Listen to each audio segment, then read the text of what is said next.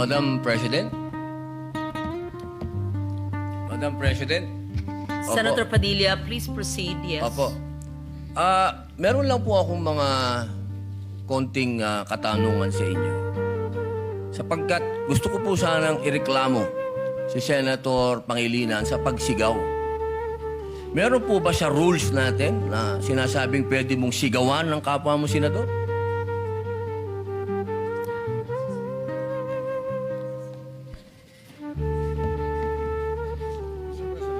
Narinig ko yung malakas na boses ni Senator Kiko Pangilinan. Alam ko na si Senator Pangilinan ay dating galing sa broadcasting, baka nag-modulate. Maari po ba tayo ay mag-suspend muna para pag-usapan yung malakas na boses at wari pagsigaw ni Senator Excuse me, Pangilinan? nasa akin po President, yung iba- floor. Senator Padilla has excuse the me. floor. The chair is answering the question of Senator Padilla. Session is suspended.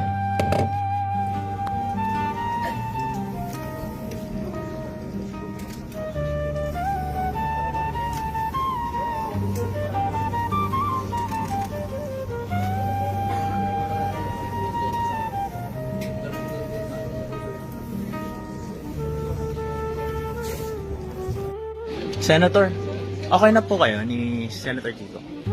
Okay. May reklamo ko. Ano pong specific na reklamo, sir? Sa akin talaga, hindi ako sanay na sinisigawan. So, sinasabi nila na natural yan daw dito. Sa akin hindi. Ngayon, kung saan makakarating yung reklamo ko, bahala na magdesisyon kung sino yung magiging chairman ng committee ng ethics. Saan po specifically, sir? Ethics, siyempre.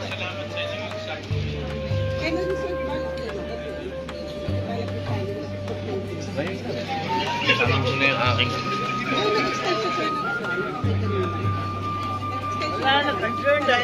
Mag-apologize ka muna bago. Mag-apologize ka muna doon sa... Kailangan sa plenary mo gawin. Kasi sa plenary niya ako sinigawan. Kung sinigawan niya ako dyan, okay lang yun. Magkamay kami. Pero doon na ako sinigawan. Gusto ko nga doon siya. Kailangan marinig ng asawa ko, ng anak ko, ng mga sister ko, nag-apologize sa daan sa pulpit. Sir, what if hindi po siya mag-apologize sa pleno? O, edi, ethics. Okay, hindi naman issue yan. Hindi ba yan issue? Sa akin issue, pero sa inyo issue yan. Hindi naman.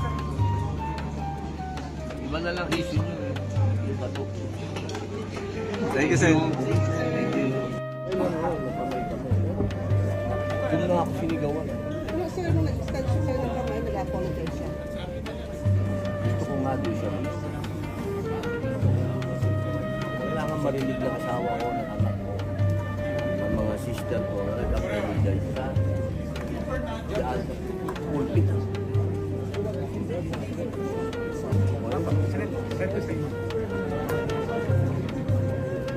Ay, hindi naman issue yan. Hindi ba yan issue? It's not dadalhin niya sir sa ethics, issue sir. Hindi sa akin issue, pero sa inyo issue yan. Hindi naman. Iba na lang issue nyo. Iba to. Thank you, sir.